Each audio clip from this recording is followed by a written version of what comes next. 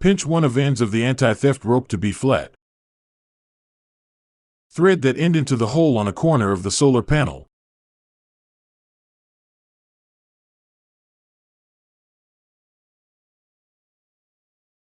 Thread the other end of anti-theft rope into the hoop at the top of rope end threaded into the hole, then the solar panel is fixed. Thread the anti-theft rope from the gap in hood to nacelle. Tie the anti-theft rope at the impact beam.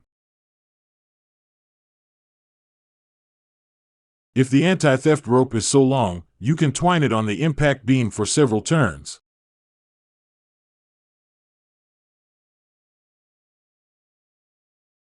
Finally, fasten the ring at the end to the rope with a mountaineering buckle.